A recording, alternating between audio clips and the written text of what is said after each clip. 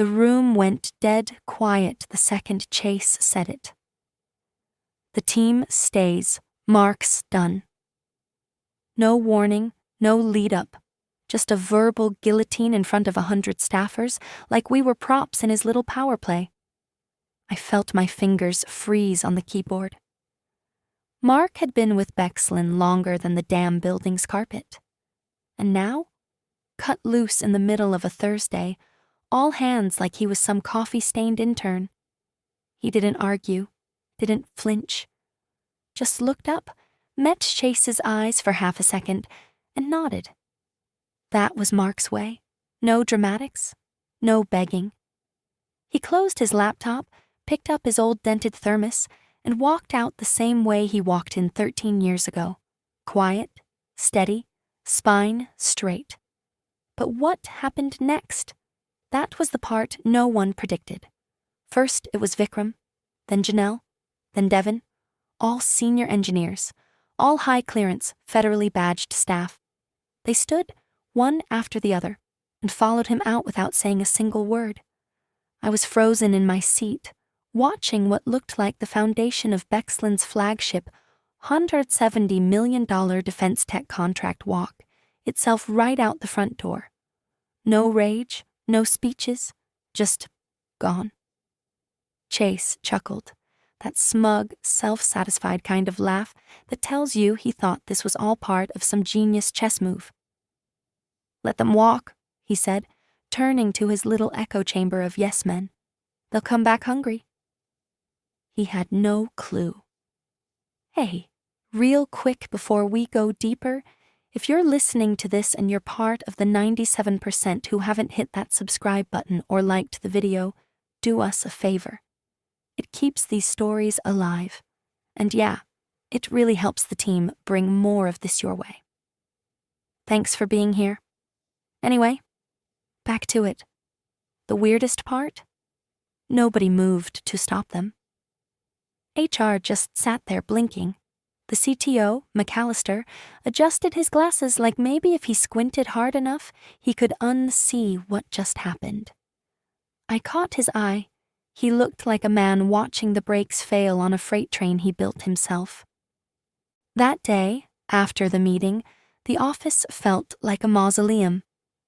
Chase strutted around like Caesar after a conquest, dropping dumb buzzwords about culture realignment and hierarchical efficiencies. But something was wrong, quietly wrong. Phones weren't ringing, engineers weren't pushing code, vendors weren't confirming milestone checkpoints. And Mark? Last I heard, he was sipping gas station coffee off the I-71 bypass, heading toward nowhere, windows down, silence in the passenger seat. But if you think he walked out empty-handed, you haven't been paying attention. Because while Chase was out here, chest-thumping in his slim-fit power suit, he forgot the single most important rule in our field. Never, ever fire the guy who designed the floor you're standing on. And Mark?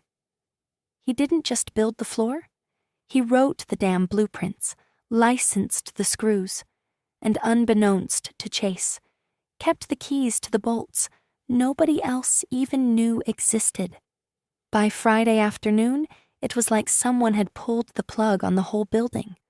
Lights were on, sure, but the hum was gone. The Slack channels for Project Hawkeye, the $170 million contract we all breathed for, had gone silent. Code repos untouched. Jira boards stalled out like they'd hit black ice. No commits, no tests, nothing but automated reminders that no one was responding to. It felt like waiting for a heartbeat that never came back.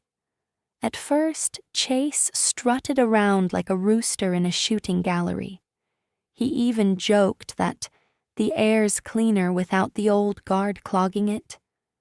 He thought it was a power move, that Mark and the rest of them would cool off, crawl back in Monday morning, maybe toss out some groveling emails to HR begging for second chances.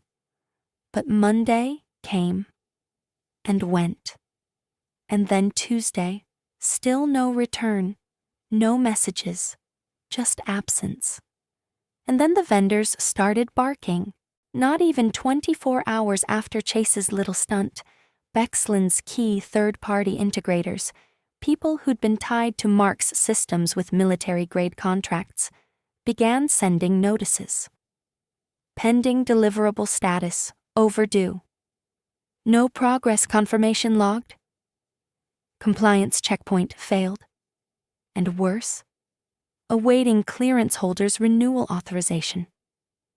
That last one? That's what made me glance up from my desk, heart hiccuping in my chest. Chase didn't get it, didn't even blink. He leaned over one of the paralegal's desks and snapped, "Just plug someone else in. The guy wasn't a unicorn.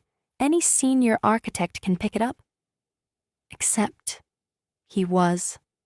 And no, they couldn't. The silence from the engineering team wasn't just loyalty, it was structural. Mark hadn't just designed Project Hawkeye, he'd built it under a layered authorization framework, one most people only vaguely understood. But I remembered a briefing from years ago. Mark had mentioned it once in passing, over stale donuts in the break room. Clause 8.3, he'd said, sipping his burnt coffee. Never sign a system without it.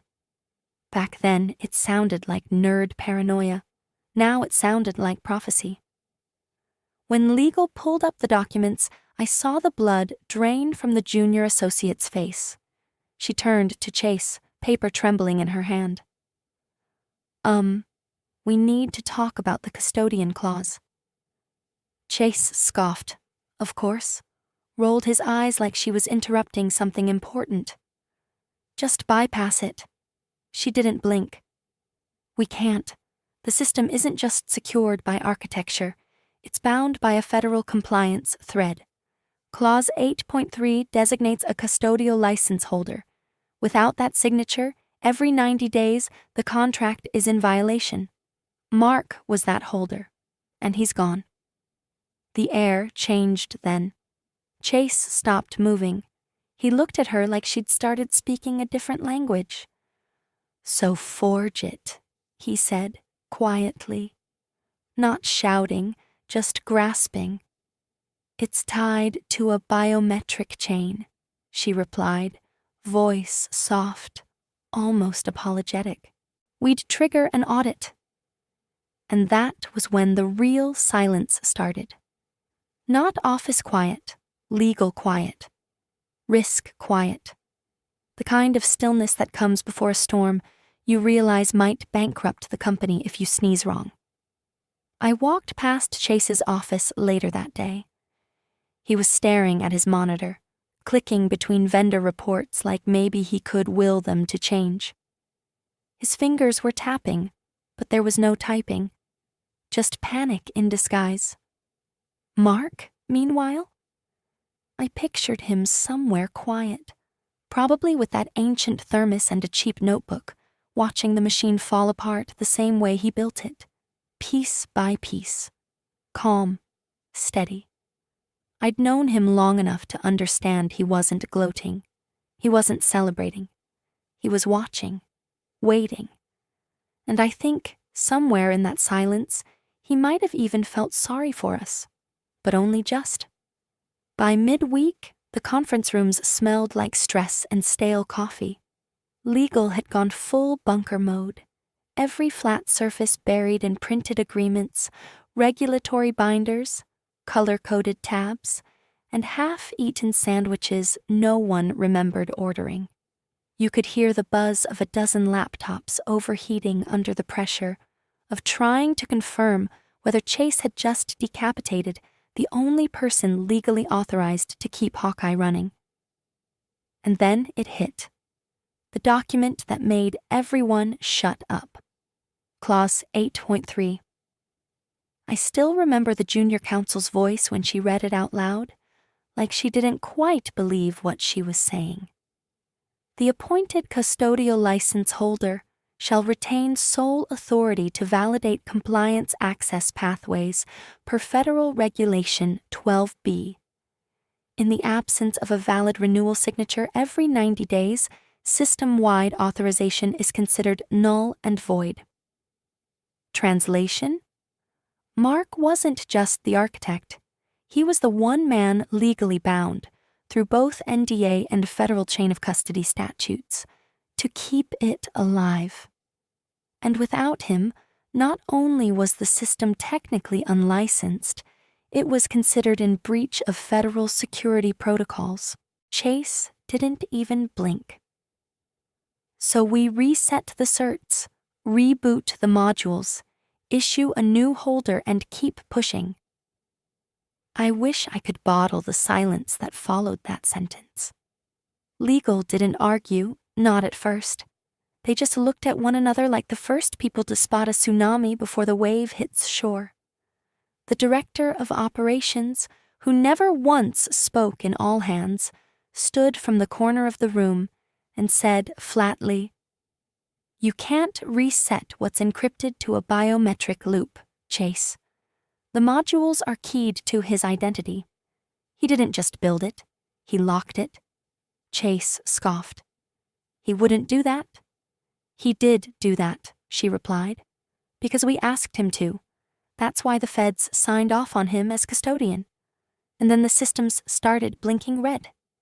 The first alert came from Module Delta. Authorization token expired. Then Beta locked down, then a cascade.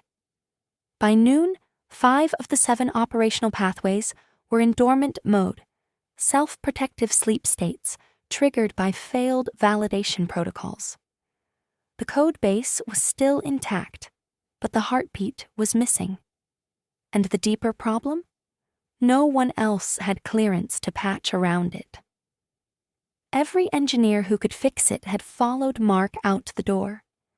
The entire project, the one Bexlin had built its quarterly forecast around, was collapsing under its own arrogance. By late afternoon, vendors were no longer asking for updates.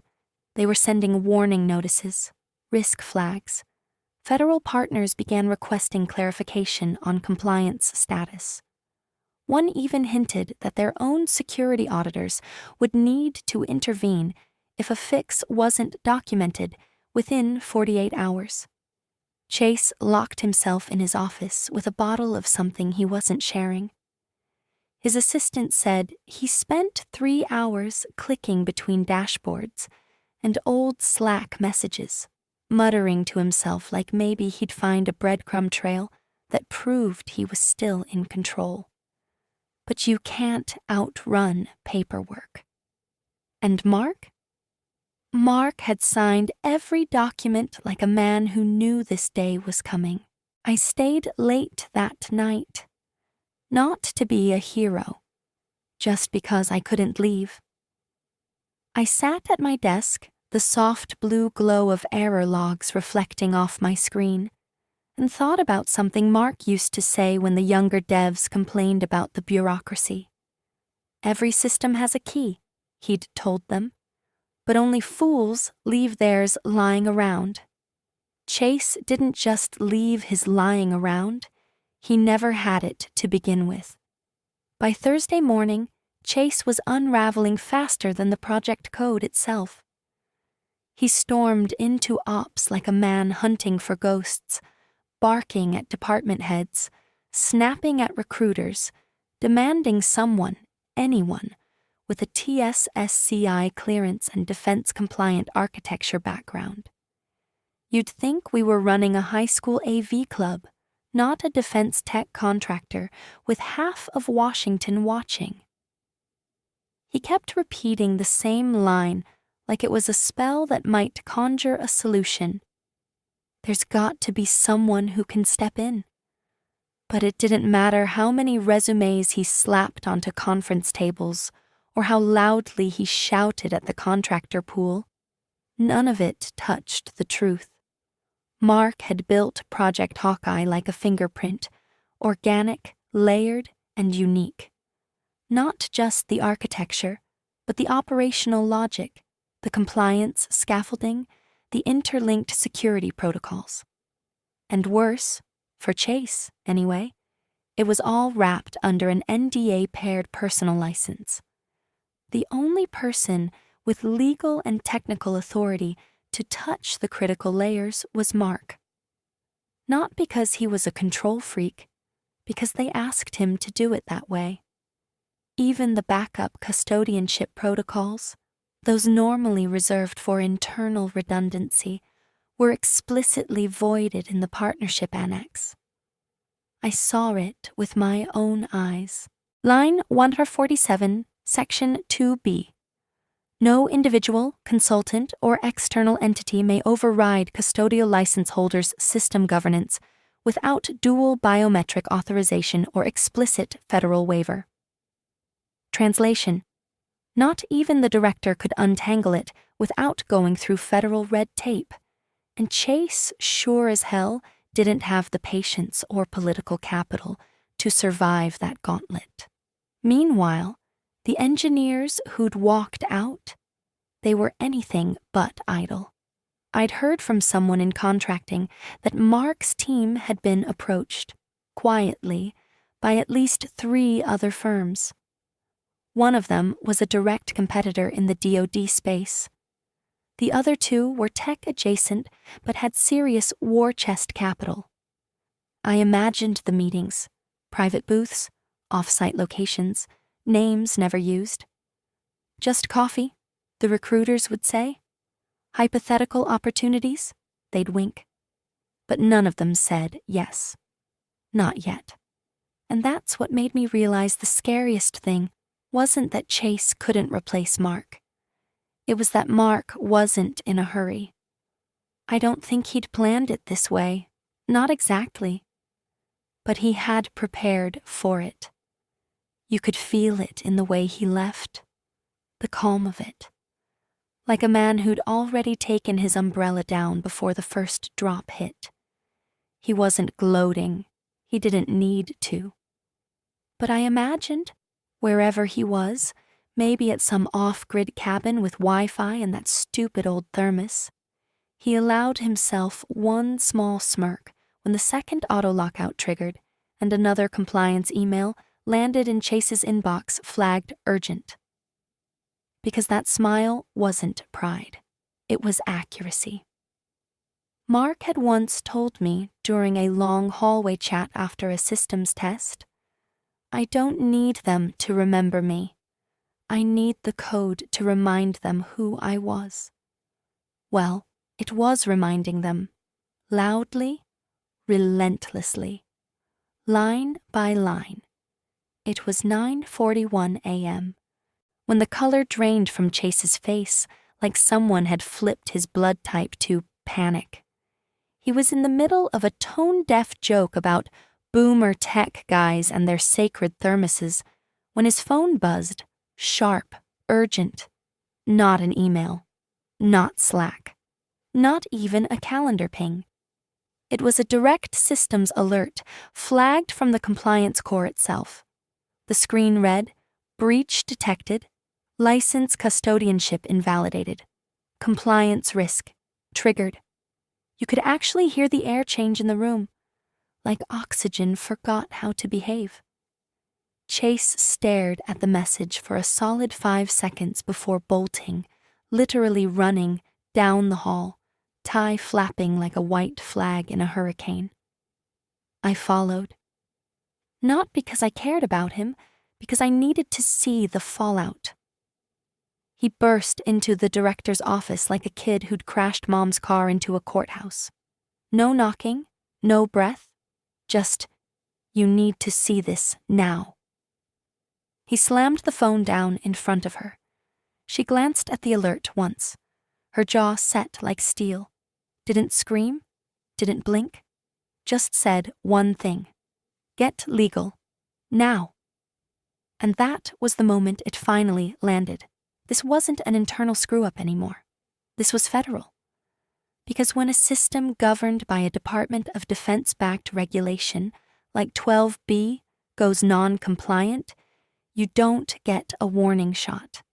You get a paper trail, a clock, and a very expensive lawyer. Within 15 minutes, the executive suite looked like someone had declared martial law. Curtains drawn, phones ringing off hook. The general counsel, always slow to react, was already dialing his DC contacts, voice low, pacing in circles like he could spin the panic away. I caught snippets as I lingered outside, pretending to refill my coffee. License breach, no custodian access, NDA enforced biometric tie? Yes. Federal Regulation 12B? Yes, we thought we had redundancy. But they didn't. Mark had seen to that. And the worst part? It wasn't sabotage. Not technically. He'd just stopped signing the thing that only he could sign. The system wasn't attacked. It was abandoned. That's what made it genius. Because if they'd been hacked, they could have screamed cybersecurity. If a server farm melted down, they could blame facilities. But this was a human keystone silently pulled out of a $1 trillion Jenga tower by the only person qualified to touch it. And he didn't even leave fingerprints. By noon, the agency overseeing the contract had sent a formal inquiry. Confirm compliance status and system custodianship validation immediately. Meeting required. Not requested. Required. You could feel the weight of it settle on everyone's shoulders. Even McAllister, who normally lived 2 feet above the rest of us in his own fog of superiority, started asking questions like, "Wait, how many of our systems are tethered under that license?" Chase didn't answer. I don't think he could. And somewhere out there, probably in some second-hand bookstore or mountain cafe with spotty service and good coffee, Mark's phone was silent. No pings, no notifications, because he didn't need to say a word. His systems were speaking loud enough. The message arrived at 7:12 a.m. Friday, delivered not to Chase, not to the director, but straight to the board's private channel, marked external, neutral arbitration offer. No sender name, no direct contact, just a 2-line proposal, calm as a surgical glove sliding on. Stabilization possible. Terms negotiable. Custodian remains contract-bound to privacy. Will not return directly. No signature, no bluff, but the meaning was crystal. Mark had surfaced, not personally. That wasn't his style. The email came through a Delaware-registered consultancy, one no one had ever heard of. Simple logo, no press footprint. But the board's cyber team did a trace. Deep in the metadata, one name appeared in the digital thread history, Ellis Systems Integration Group. And just like that, the mood at Bexlin detonated. Legal scrambled. Chase burst into the boardroom mid-call, face flushed like someone had just posted his browser history on the front page of the Wall Street Journal. "It's extortion," he said, voice shaking. "He's holding the system hostage." "No," the general counsel said slowly, not even looking up from the printout. "He's offering third-party stabilization under arbitration terms. There's nothing illegal here." Chase slammed a fist down, but the board barely flinched. They weren't reacting like they had a mutiny on their hands. They were reacting like shareholders with a leak in the foundation, and the only guy who'd ever held the wrench was now charging by the hour. I watched it all unfold from the ops floor. Word spread like wildfire. The smirks vanished. The whispers began. Mark had never raised his voice, never demanded a title. But now, without even stepping foot in the building, he was the only person standing between us and a government audit that could yank $170 million out from under the company like a rug soaked in gasoline. The consultancy's terms weren't even outrageous, just enough to make it clear that silence had value. Mark didn't want back pay. He didn't want his old desk. He didn't even want credit. He wanted distance. And so, for a negotiated retainer that made every exec sweat through their collars, Bexlin signed. The director, to her credit, didn't argue. She simply nodded, sighed through her nose, and said, "Do it," before they send the auditors. Later, I'd hear Chase threw a chair in his office, shouted something about traitors and snakes in the grass.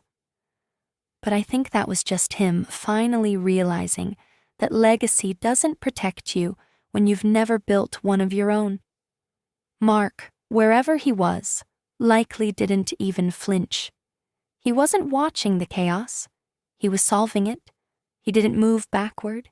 He moved laterally, then built something under the table that held more leverage than 100 PowerPoints ever could. He wasn't angry. He was exact, surgical, like a man carving his initials into a ship's rudder, not to steer it, but to prove he'd once held the wheel. And now, even the people who forgot his name had to pay just to keep it floating. By Tuesday, the consultants were in the building, but not through the front door. They were never introduced. No welcome email, no org chart update, no awkward team lunches. Just a couple of quiet badged specialists in plain gray slacks and unbranded laptops, escorted through the freight elevator like they were delivering toner cartridges. But they weren't here for printers. They plugged in silently and went to work. Within 48 hours, systems that had been blinking red for a week started coming back online, one by one. Access pathways flickered green. Modules that had frozen under federal lockout pulsed with life again, like someone had whispered the passphrase to a dying language. No one said it out loud, but we knew who had written the new scripts. The cleanup was too efficient.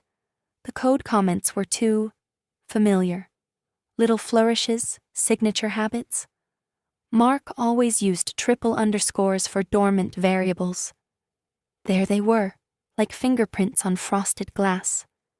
We weren't fixing the system. Mark was from far enough away that his name never had to reappear on a payroll stub. The board moved quickly, but quietly. Once compliance had been restored and the third-party stabilization team submitted their audit logs, Bexlin's largest client initiated a clause buried deep in the defense contract. Right of reassignment. No lawsuits. No headlines. Just a one-line notification. Effective immediately, project oversight will transfer to an alternate certified vendor. We all read between the lines. The vendor? Ellis Systems Integration Group. Mark's team. Officially now. The engineers who walked out that day in silence were already on board. They hadn't scattered. They'd just moved upstream, out of the muck, into clean waters where no one like Chase could muddy their work again. And Chase? He vanished. No grand apology, no scapegoat ceremony, no HR email about his new opportunities. Just a blank office and a calendar that still had meetings listed with people who now refused to say his name out loud. Whispers said, termination without cause. Translation? The board didn't want a paper trail, just distance. He'd been erased with the same surgical precision Mark had used to reclaim the system. No courtroom, no statement, no warning. By Friday, it was like he never worked there at all. And the office? It didn't celebrate. No cupcakes, no team toast. Just a strange, heavy quiet. Like the kind you hear after a long storm, when everything's technically fine again, but you can still smell the wet wood and hear the roof creak. Mark didn't return. Not in person. not even on a Zoom window. But his absence was louder than any speech Chase had ever made. By the end of the quarter, the industry had picked up the scent. You could hear it in passing conversations at defense expos, behind NDA-only conference room doors, even over too expensive coffee at tech recruiter meetups. The phrase varied, but the message didn't. Don't mess with architects who write the frameworks. The legend of what happened at Bexlin was already mutating. Part cautionary tale, part whispered admiration, part professional folklore. People speculated, of course. Some said Mark had orchestrated the whole thing years in advance, hiding clauses like landmines. Others claimed the biometric locks were a last-minute stroke of genius. None of them were totally right. But the truth was scarier. Mark had just done his job correctly, completely, and with more foresight than the people who were supposed to manage him. And now, he and his team were ghosts in the machine, untethered, unbranded, and completely sovereign. Ellis Systems Integration Group wasn't even trying to compete publicly. No social presence, no flashy website, just results. They didn't bid, they got called. One agency director supposedly said, "They don't apply for contracts, they inherit them." Their work didn't just continue, it flourished. Tighter systems, faster timelines, fewer bottlenecks. Because when the architects own their own blueprints, nothing gets lost in translation. Back at Bexlin, things rotted slow. The quarterly review that followed the reassignment wasn't a bloodbath, just a slow hemorrhage. Clients whispered doubts. Junior engineers jumped ship. A key subcontractor pulled out quietly, citing strategic realignment. Stock stuttered, then stabilized, but the shine was gone. Then came the director's resignation. Officially, for personal reasons, but everyone knew the truth. You don't survive a federal-level contract collapse without leaving pieces of yourself behind. She cleared out her office in one afternoon. No speech, no farewell email, just an empty chair and the faint smell of eucalyptus hand lotion. And then, months after the last access token was revoked, Mark received a letter, mailed, not emailed. I saw it. Cream envelope, heavy stock, no return address, but the watermark said it all. Bexlin Legal Division. Inside, 1 page, not a demand, not a legal threat, just 2 paragraphs. We regret the circumstances surrounding your departure.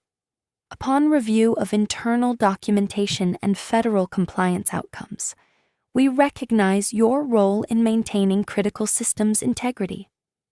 We apologize for any harm caused by leadership decisions made outside the scope of technical advisement.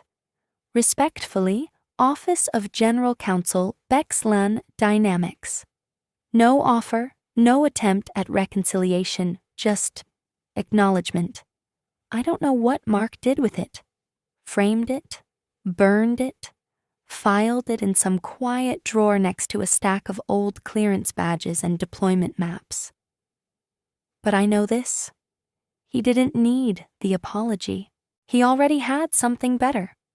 Proof that the people who tried to erase him had been forced to admit, on record, that he was the spine in a body that collapsed the second they tried to remove it.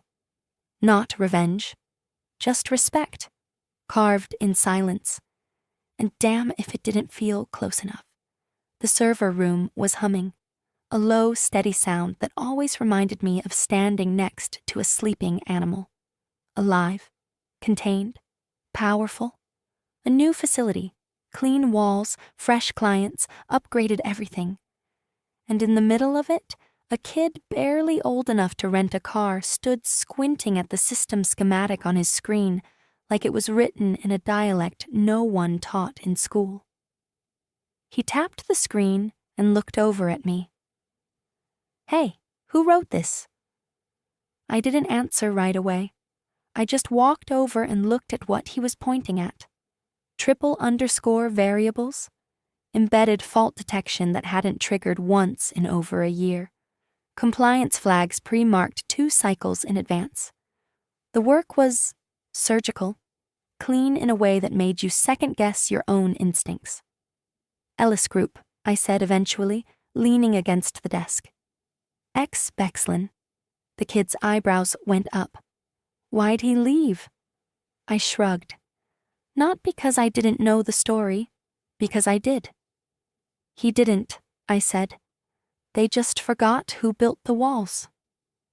He went quiet after that. A couple of blinks. Then back to his keyboard like he was trying to absorb something bigger than syntax. Like maybe he finally understood that some people don't work for the spotlight.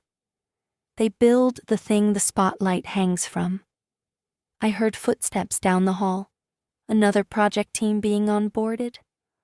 More clients, more systems, more legacy getting rewritten by a man who no longer wore a badge, but whose fingerprints were still etched into every working piece of infrastructure that mattered. Somewhere far away, Mark was probably reading a technical journal with a black coffee in hand and a pen tucked behind his ear. Or maybe just walking a trail where no one recognized him. That was the thing. He never wanted to be seen, just remembered. They erased my name. I rewrote the contract.